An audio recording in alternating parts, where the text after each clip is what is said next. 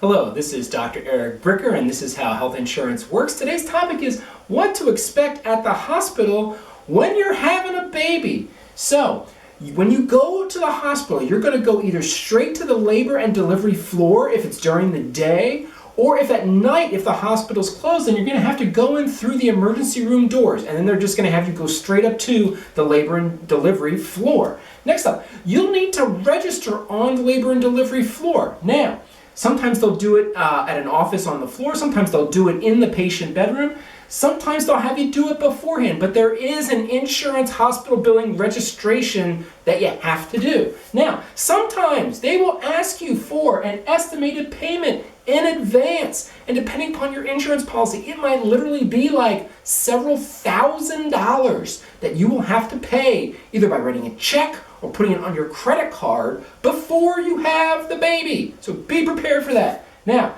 two types of deliveries, a normal vaginal delivery or a C-section delivery, where they have to actually do an operation sort of around the belly button in order to deliver the baby. Okay, next up, you are going to have a ton of people in the room after the baby is delivered for the rest of your hospital stay. Obviously, the majority of the time, the baby is in the room with you. Next, the OB/GYN who delivered the baby is going to come in and see you. The pediatrician is going to come in and see the baby. The nurse is going to come in and see you and the baby. The med techs are going to come in and do things like the vitals, like your blood pressure and your heart rate, etc. The phlebotomist is going to come in and draw your blood, or maybe the baby's blood, depending upon what tests need to happen. The lactation nurse might come in if you're going to be breastfeeding. The clerk from the hospital who has to take care of the paperwork for the new Social Security number is going to be coming into your room. So you're going to be constantly interrupted.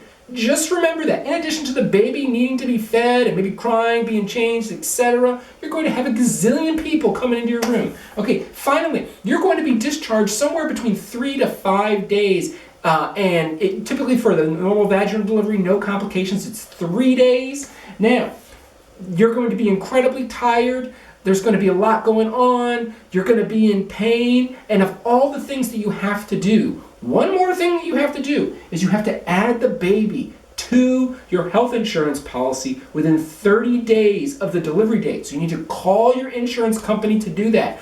I'll be honest with you, for our kids, we almost forgot that because you've got a gazillion other things going on. But you have to add your baby to the insurance policy. And that's how health insurance works.